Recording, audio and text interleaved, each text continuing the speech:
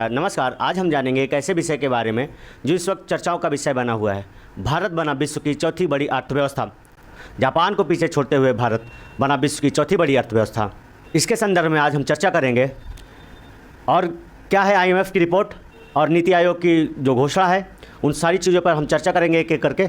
और क्या होती अर्थव्यवस्था, इसके अनेक पहलुओं के बारे में पढ़ेंगे और विशेषता हम जानेंगे आईएमएफ की रिपोर्ट और इकोनॉमिक आउटलुक रिपोर्ट कहते हैं, इसका कार्य क्या है। और साथ ही साथ हम यह भी जानेंगे जापान क्यों पिछड़ा, इसके क्या कारण है और इसकी भारत की क्या संभावनाएं हैं। अगर भारत ऐसे ग्रोथ करते रहा, ऐसे उन्नति करते रहा, तो भारत भविष्य में लगभग विश्व की तीसरी बड़ी अर्थव्यवस्था बन जाएगी। तो चलिए जानते हैं गवर्निंग काउंसिल क्या है। नीति आयोग की 10वीं गवर्निंग काउंसिल की बैठक, इसकी 10 वर्ष की यात्रा का एक मील का पत्थर। मतलब 2015 से 2025 तक ये 10 वर्ष इसके पूरे, मतलब एक डिकेड इसके पूरे हो गए। और यह एक बहुत बड़ी अपॉर्चुनिटी है भारत के लिए। यह मील का पत्थर साबित हुआ है, जो हम 5वीं छठवीं से लेकर आज हम चौथी पायदान पर आ गए हैं इकोनॉमी के क्षेत्र में, मतलब अर्थव्यवस्था के रूप में। पहले हम छठी में थे, फिर हम 5वीं में आए, 5वीं से हम चौथी में, और आने वाले 2-3 सालों में हम लगभग तीसरी बड़ी अर्थव्यवस्था बन जाएंगे जर्मनी को पीछे छोड़कर। तो चलिए आइए देखते हैं। मील का पत्थर साबित हुआ जो 2047 के लिए विजन को परिभाषित करता है और रेखांकित करता है। उन्होंने कहा कि गवर्निंग काउंसिल की बैठक से राष्ट्र निर्माण, मतलब जो हमारा राष्ट्र निर्माण की जो हमारी शुरुआत है कि हम राष्ट्र को विकसित कर बनाएंगे। अभी हम विकासशील में हैं, हम राष्ट्र को विकसित बनाएंगे और ये हमारा विजन 2047 तक है। उसके संदर्भ में जो मीटिंग हो रही थी गवर्निंग काउंसिल की, और इसमें कहा गया कि अगर देश को तीसरी बड़ी अर्थव्यवस्था बनना है बहुत जल्द, तो हम इसमें राष्ट्रों के आधारभूत ढांचे को सुधारने की बहुत ज़्यादा आवश्यकता है, जैसे शिक्षा, रोजगार, स्वास्थ्य, इन सारे पहलुओं पे हमें बहुत महत्वपूर्ण तरीके से काम करना होगा। जैसे आप ये देख रहे हैं, जापान को पीछे छोड़ भारत बना दुनिया का चौथी बड़ी अर्थव्यवस्था। यह नीति आयोग की बात है। मतलब नीति आयोग ने यह कहा कि जो भारत है वो जापान को पीछे छोड़कर दुनिया की चौथी बड़ी अर्थव्यवस्था बन गया। अब चलिए आगे देखते हैं कि आईएमएफ की आउटलुक रिपोर्ट क्या कहती है। आईएमएफ की आउटलुक रिपोर्ट यह कहती है कि भारत जो है 2025 तक जापान को पीछे छोड़ देगा। और जापान की अर्थव्यवस्था की बात करें तो लगभग अभी 4 ट्रिलियन के आसपास है और हमारे भी 4 ट्रिलियन के आसपास, बस कुछ ही थोड़ा सा अंतर है और हम जापान को पीछे छोड़ चुके हैं। तो चलिए आगे देखते हैं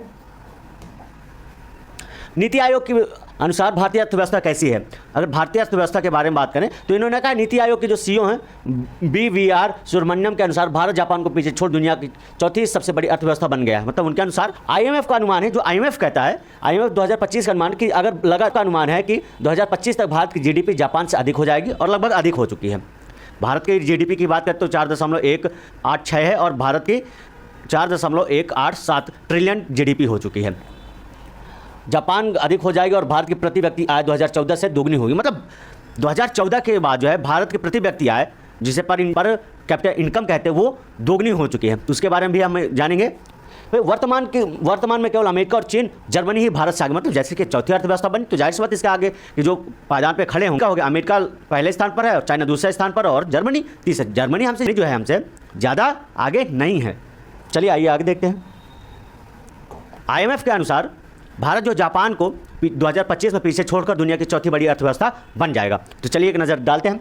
आईएमएफ के अनुसार, आईएमएफ के वर्ल्ड इकोनॉमिक आउटलुक के अनुसार, वर्ल्ड की जो क्या बोलते हैं, आईएमएफ की वर्ल्ड इकोनॉमिक आउटलुक रिपोर्ट है, इसको आप विशेष तरीके से ध्यान दीजिएगा, क्योंकि हमारे जो प्रतियोगी परीक्षाओं में यह पूछ लिया जाता है कि आईएमएफ के द्वारा या इंटरनेशनल मॉनेटरी फंड के द्वारा वह कौन सी रिपोर्ट है जो जारी की जाती है। तो ये आईएमएफ के द्वारा जो रिपोर्ट जारी की जाती है, इसी को वर्ल्ड इकोनॉमिक आउटलुक रिपोर्ट कहते हैं। ठीक है, आगे बढ़ते हैं। भारत 2025 में जापान को पीछे छोड़कर दुनिया की चौथी सबसे बड़ी अर्थव्यवस्था बन जाएगा। रिपोर्ट में अनुमान लगाया गया कि भारत का जीडीपी जापान से आगे निकल जाएगा, मतलब निकल चुका है। आईएमएफ की जो रिपोर्ट थी, भारत जो है जापान को पीछे छोड़ चुका है। तो चलिए एक बार इस पर नज़र डाल लेते हैं। अगर आप इस डेटा पर नज़र डालें तो आप देखेंगे कि हमसे आगे यहाँ पर यह यूएसए हो गया, फिर चाइना हो गया और फिर ये जर्मनी हो गया। भारत यहाँ चौथे पायदान पर आ गए। मतलब हम हाल ही बीते कुछ वर्ष पहले छठे पायदान पे थे, फिर 5वें पर आए और 5वें से फिर हम चौथे पर आ गए हैं। और हमारी अगर प्रगति ऐसी चलती रही, हमारे देश की उन्नति ऐसे होती रही, तो हम बहुत जल्द तीसरे पायदान पर भी पहुंच जाएंगे। तो यहाँ जो आप देख रहे हैं, जर्मनी और भारत की जीडीपी में कुछ ज़्यादा अंतर नहीं है। अगर आप यहाँ पर नज़र डालें और यहाँ पर नज़र डालें तो ज़्यादा डिफरेंस नहीं है। लगभग 2.5 से 3 सालों में हम जर्मनी में भी क्रॉस कर देंगे। ठीक है, चलिए आगे देखते हैं। वैश्विक अर्थव्यवस्था जो आउटलुक रिपोर्ट है, जो आईएमएफ की रिपोर्ट है, वो यह बताता है कि भारत 25 और 26 में बहुत तेज़ी से तरक्की कर रहा है। भारत के लिए आर्थिक विकास की उज्जवल संभावनाएं हैं। भारत के लिए आर्थिक विकास की उज्जवल संभावनाओं को दर्शाती है, खासकर 25-26 में। अंतर्राष्ट्रीय मुद्रा कोष के अनुसार 26 में भारत की अर्थव्यवस्था 6.2 हो जाएगी, हाँ ध्यान दीजिएगा 6.2, और उसके बाद कहेगी 2026 में 6.3% दर से बढ़ेगी, ठीक है। और तेज़ी से बढ़ने का अनुमान, इससे भी तेज़ी से बढ़ने का अनुमान है, जो कह रहे हैं कि तेज़ी से बढ़ने वाली प्रमुख अर्थव्यवस्था बन जाएगा, ठीक है। विस्तार से अगर हम भारत के अर्थव्यवस्था के बारे में थोड़ी सी चर्चा करें तो कह रहे हैं कि भारत की आर्थिक प्रगति का क्या कारण है। IMF 2025 की रिपोर्ट के अनुसार यह है कि अगर हम यहाँ देखें तो GDP की वृद्धि, मतलब भारत में जो GDP की तेज़ी से वृद्धि हो रही है, ठीक है। इसके बारे में आगे हम जानेंगे GDP क्या है, ठीक है। उसके बाद कह रहे हैं कि वैश्विक संदर्भ में भारत का प्रदर्शन, मतलब वैश्विक पटल पर भारत जो है बहुत अच्छी ग्रोथ कर रहा है। क्या बोलते हैं, इसमें विदेशी फंड आ रहे हैं, विदेशी कंपनियां आ रही हैं, और यहाँ पर लोगों को रोज़गार, मतलब विदेशी कंपनियों का जो है इन्वेस्टमेंट ज़्यादा तेज़ी से बढ़ रहा है, और हम विदेशों से ज़्यादा पैसे अर्न कर रहे हैं, हमें मिल रहा है, ठीक है। तो क्या रिपोर्ट में यह कहा गया 2025-26 में सबसे तेज़ी से बढ़ने वाली अर्थव्यवस्था बना रहेगा, जो वैश्विक आर्थिक परिदृश्य से इस प्रभुत्व की पुष्टि करता है। आर्थिक सुधार क्या भारत ने किया, अगली हम अगर बात करें तो भारत ने हाल ही के वर्षों में अपने वित्तीय क्षेत्र को मजबूत करने के लिए सफलता हासिल की। बैंकों के कर निष्पादित NPL को भी कम किया गया है, और पूंजी पर्याप्तता अनुपात में भी वृद्धि हुई है। आगे अगर हम बात कर लें तो ये यहाँ क्या कहता है IMF क्या करता है। IMF ये कह रहा है कि उसके जो सदस्य 189 सदस्य हैं, आगे आंकड़ों के विश्लेषण करता है। इसके अलावा यह वैश्विक मौद्रिक सहयोग को बढ़ावा देता है, मतलब ये जो गरीब देश हैं उनके इंफ्रास्ट्रक्चर्स को मजबूत करने में या मजबूत बनाने में मदद करता है, ठीक है।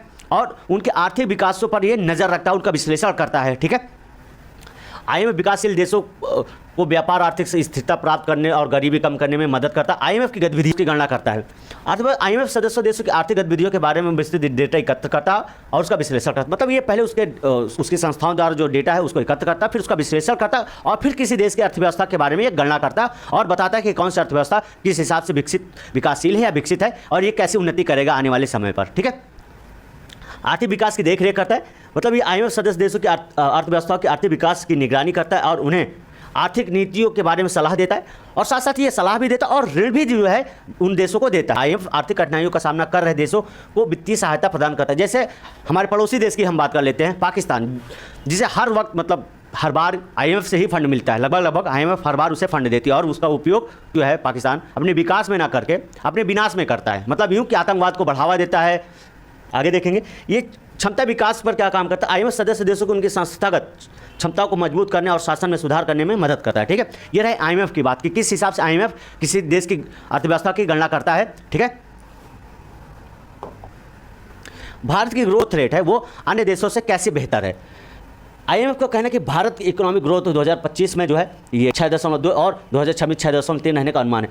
ग्रोथ रेट की बात है दुनिया की बाकी बड़ी अर्थव्यवस्था के मुकाबले ज़्यादा है रिपोर्ट के मुताबिक। मतलब रिपोर्ट के अगर हम ये बात समझें तो रिपोर्ट के मुताबिक खासकर ग्रामीण क्षेत्रों, मतलब हमारे जो ग्रामीण क्षेत्र हैं उनमें जो है खपत के बढ़ने के कारण हमारी इकोनॉमी को मजबूती मिली। तो इस पर एक नज़र डाल लेते हैं। कह रहा है कि ऐसे सब जो मेन मुद्दा हमें ये देखना है कि कह रहे हैं कि रिपोर्ट के मुताबिक खासकर ग्रामीण इलाकों में बढ़ती खपत की वजह से भारत की इकोनॉमी को मजबूती मिल रही है। मतलब हमारे ग्रामीण जो इलाके हैं इनमें जो खपत बढ़ रही है, और ये बहुत बड़ा योगदान जो है अपने क्या बोलते हैं देश का बाजार देश को के अंदर ही मिल गया, और जिससे हमारी इकोनॉमी को बूस्टर मिल रहा है, ठीक है। तो आइए चलिए आगे देखते हैं। अभी ये बात कर लेते हैं, ये भारत जो एक इमेज है, फिगर जो हमें बताता 2025 में जो है ये 6.2 और 2026 6.3 रहने का अनुमान है। ग्रोथ रेट की बात है दुनिया की बाकी बड़ी अर्थव्यवस्था के मुकाबले ज़्यादा है रिपोर्ट के मुताबिक। मतलब रिपोर्ट के अगर हम ये बात समझें तो रिपोर्ट के मुताबिक खासकर ग्रामीण क्षेत्रों, मतलब हमारे जो ग्रामीण क्षेत्र हैं उनमें जो है खपत के बढ़ने के कारण हमारी इकोनॉमी को मजबूती मिली। तो इस पर एक नज़र डाल लेते हैं। कह रहा है कि ऐसे सब जो मेन मुद्दा हमें ये देखना है कि कह रहे हैं कि रिपोर्ट के मुताबिक खासकर ग्रामीण इलाकों में बढ़ती खपत की वजह से भारत की इकोनॉमी को मजबूती मिल रही है। मतलब हमारे ग्रामीण जो इलाके हैं इनमें जो खपत बढ़ रही है, और ये बहुत बड़ा योगदान जो है अपने क्या बोलते हैं देश का बाजार देश को के अंदर ही मिल गया, और जिससे हमारी इकोनॉमी को बूस्टर मिल रहा है, ठीक है। तो आइए चलिए आगे देखते हैं।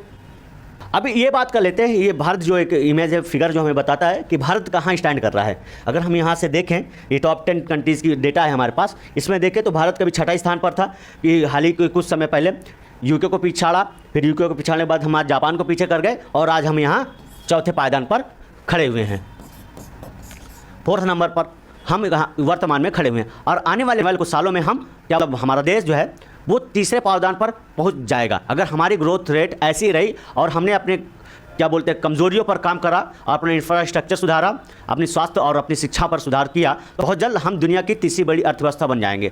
हम इसके क्या बोलते हैं अन्य पहलुओं पर भी बात करेंगे। भारत की क्या बोलते हैं अर्थव्यवस्था में जो पर कैपिटल इनकम है उसकी जो कमी है उसके क्या कारण है, उन सारी चीज़ों पर हम बात आगे करेंगे। अगर हम अर्थव्यवस्था की बात करें तो अर्थव्यवस्था कैसे गणना की जाती है, किसी देश की अर्थव्यवस्था को होती है, इसका महत्व क्या है। मतलब कह रहे हैं कि अर्थव्यवस्था की बात करें तो सेवाओं को उत्पादन, उसका उपयोग, उसकी खपत, और किसी भी दो देशों की जो इकोनॉमी अर्थव्यवस्था एक जैसी नहीं हो सकती। वहाँ अर्थव्यवस्था किसी भी इकाई, वस्तु और सेवाओं के उत्पादन, उपभोग और व्यापार से संबंधित होती है, गतिविधियों को सम्मिलित करती है, और चाहे वह इकाई एक राष्ट्र हो या एक छोटा सा शहर हो।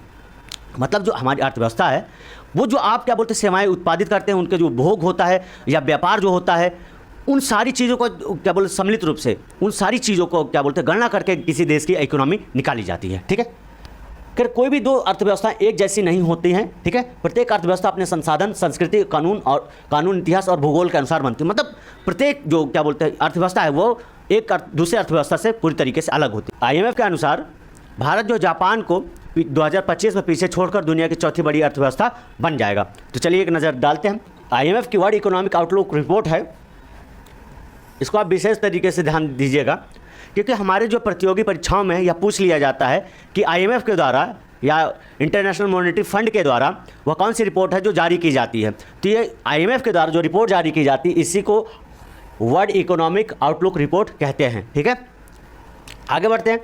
भारत 2025 में जापान को पीछे छोड़कर दुनिया की चौथी सबसे बड़ी अर्थव्यवस्था बन जाएगा। रिपोर्ट में अनुमान लगाया गया कि भारत का GDP जापान से आगे निकल जाएगा, मतलब निकल चुका है।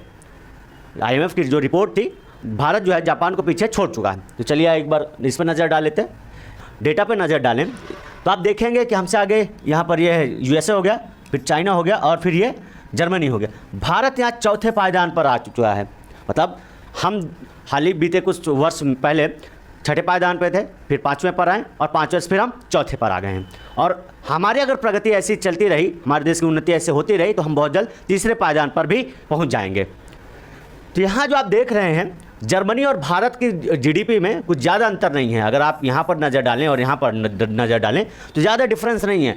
लगभग 2.5 से 3 सालों में हम जर्मनी में भी क्रॉस कर देंगे। ठीक है, चलिए आगे देखते हैं।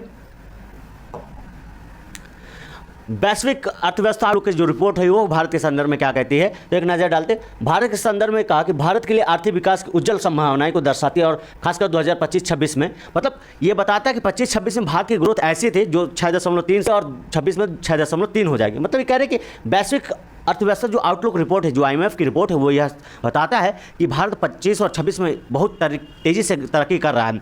जिसकी क्या कहते हैं, अगर हम बात करें भारत के लिए आर्थिक विकास की उज्जवल संभावनाओं को दर्शाते हुए खासकर 25-26 में अंतर्राष्ट्रीय मुद्रा कोष के अनुसार 26 में भारत की अर्थव्यवस्था 6.2 हो जाएगी। यहाँ ध्यान दीजिएगा 6.2, और उसके बाद कहेगी 2026 में 6.3% दर से बढ़ेगी। ठीक है, और तेज़ी से बढ़ने का अनुमान, इससे भी तेज़ी से बढ़ने का अनुमान है, जो कह रहे हैं कि तेज़ी से बढ़ने वाली प्रमुख अर्थव्यवस्था बन जाएगा। ठीक है, विस्तार से अगर हम भारत के अर्थव्यवस्था के बारे में थोड़ी सी चर्चा करें तो कह रहे हैं कि भारत की आर्थिक प्रगति का क्या कारण है। IMF 2025 की रिपोर्ट के अनुसार यह है कि अगर हम यहाँ देखें तो GDP की वृद्धि, मतलब भारत में जो GDP की तेज़ी से वृद्धि हो रही है। ठीक है, इसके बारे में आगे हम जानेंगे GDP क्या है। ठीक है, उसके बाद कह रहे हैं कि वैश्विक संदर्भ में भारत का प्रदर्शन, मतलब वैश्विक पटल पर भारत जो है बहुत अच्छी ग्रोथ कर रहा है। क्या बोलते हैं, इसमें विदेशी फंड आ रहे हैं, विदेशी कंपनियां आ रही हैं, और यहाँ विदेशी कंपनियों का जो है इन्वेस्टमेंट ज़्यादा तेज़ी से बढ़ रहा है, अन्य कर रहे हैं या हमें मिल रहा है। ठीक है, तो क्या रिपोर्ट में यह कहा गया 2025-26 में सबसे तेज़ी से बढ़ने वाली अर्थव्यवस्था बना रहेगा, जो वैश्विक आर्थिक परिदृश्य से इस प्रभुत्व की पुष्टि करता है। आर्थिक सुधार क्या है भारत ने किया, अगली हम अगर बात करें तो भारत ने हाल ही के वर्षों में अपने वित्तीय क्षेत्र को मजबूत करने के लिए सफलता हासिल की। बैंकों के कर निष्पादित NPL को भी कम किया गया है, और पूंजी पर्याप्तता अनुपात में भी वृद्धि हुई है। आगे अगर हम बात कर लें तो ये यहाँ क्या कहता है IMF क्या करता है। IMF ये कह रहा है कि उसके जो सदस्य 189 सदस्य हैं आंकड़ों के विश्लेषण करता है। इसके अलावा यह वैश्विक मौद्रिक सहयोग को बढ़ावा देता है, मतलब ये जो गरीब देश हैं उनके इंफ्रास्ट्रक्चर्स को मजबूत करने में या मजबूत बनाने में मदद करता है। ठीक है, और उनके आर्थिक विकासों पर ये नज़र रखता है, उनका विश्लेषण करता है। ठीक है, IMF विकासशील देशों को व्यापार, आर्थिक स्थिरता प्राप्त करने और गरीबी कम करने में मदद करता है। IMF की गतिविधियाँ क्या हैं, मतलब हमें विशेषकर IMF की गतिविधियाँ किसके अनुसार ये अर्थव्यवस्था की गणना करता है। IMF सदस्य देशों की आर्थिक गतिविधियों के बारे में विस्तृत डेटा एकत्र करता और उसका विश्लेषण करता, मतलब ये पहले उसकी संस्थाओं द्वारा जो डेटा है उसको एकत्र करता, फिर उसका विश्लेषण करता और फिर किसी देश की अर्थव्यवस्था के बारे में ये गणना करता और बताता है कि कौन सी अर्थव्यवस्था किस हिसाब से विकासशील है या विकसित है और ये कैसे उन्नति करेगा आने वाले समय पर। ठीक है, आर्थिक विकास की देखरेख करता है, मतलब ये IMF सदस्य देशों की अर्थव्यवस्थाओं के आर्थिक विकास की निगरानी करता है और उन्हें आर्थिक नीतियों के बारे में सलाह देता है और साथ साथ ये सलाह भी देता है और ऋण भी जो है उन देशों को देता है। जैसे यहाँ पर IMF आर्थिक कठिनाइयों का सामना कर रहे देशों को वित्तीय सहायता प्रदान करता है। जैसे हमारे पड़ोसी देश की हम बात कर लेते हैं, पाकिस्तान, लगभग IMF हर बार उसे फंड देती है और उसका जो उपयोग जो है पाकिस्तान अपने विकास में ना करके अपने विनाश में करता है। मतलब यूँ कि आतंकवाद को बढ़ावा देता है और ऐसी गतिविधियों में इन्वॉल्व रहता है जिस कारण वो पिछड़ा रह गया। ठीक है, आगे देखेंगे ये क्षमता विकास पर क्या काम करता है। IMF सदस्य देशों को उनकी संस्थागत क्षमताओं को मजबूत करने और शासन में सुधार करने में मदद करता है। ठीक है, ये रहे IMF की बात कि किस हिसाब से IMF किसी देश की अर्थव्यवस्था की गणना करता है। ठीक है, भारत की ग्रोथ रेट जो है बाकी देशों से कैसी है, बेहतर कैसे है, मतलब यहाँ पर अगर हम बात करते हैं भारत की जो ग्रोथ रेट है वो अन्य देशों से कैसे बेहतर है। IMF का कहना है कि भारत की इकोनॉमिक ग्रोथ 2025 में जो है ये क्या बोलते हैं 6.2 और 2026 6.3 रहने का अनुमान है। ग्रोथ रेट की बात है दुनिया की बाकी बड़ी अर्थव्यवस्था के मुकाबले ज़्यादा है रिपोर्ट के मुताबिक। मतलब रिपोर्ट की अगर हम ये बात समझें तो रिपोर्ट के मुताबिक खासकर ग्रामीण इलाकों में बढ़ती खपत की वजह से भारत की इकोनॉमी को मजबूती मिल रही है। मतलब हमारे ग्रामीण जो इलाके हैं इनमें जो खपत बढ़ रही है और ये बहुत बड़ा योगदान जो है अपने क्या बोलते हैं देश का बाजार देश के अंदर ही मिल गया और जिससे हमारी इकोनॉमी को बूस्टर मिल रहा है। ठीक है, तो आइए चलिए आगे देखते हैं। अगर हम यहाँ से देखें ये टॉप 10 कंट्रीज़ की डेटा है हमारे पास, इसमें देखें तो भारत का भी 6ठा स्थान पर था। कुछ समय पहले UK को पिछाड़ा, फिर UK को पिछाड़ने के बाद हमारे जापान को पीछे कर गए और आज हम यहाँ चौथे पायदान पर खड़े हुए हैं, 4th नंबर पर हम वर्तमान में खड़े हुए हैं और आने वाले कुछ सालों में हमारा देश जो है वो तीसरे पायदान पर पहुँच जाएगा अगर हमारी ग्रोथ रेट ऐसी ही रही और हमने अपने क्या बोलते हैं कमजोरियों पर काम करा और अपने इंफ्रास्ट्रक्चर सुधारा, अपनी स्वास्थ्य और अपनी शिक्षा पर सुधार किया तो हम बहुत जल्द हम दुनिया की तीसरी बड़ी अर्थव्यवस्था बन जाएंगे। उम्मीद करता हूँ यह सेशन अच्छा लगा होगा। ऐसी जानकारियों के लिए आप हमारे चैनल को सब्सक्राइब करना ना भूलें। धन्यवाद।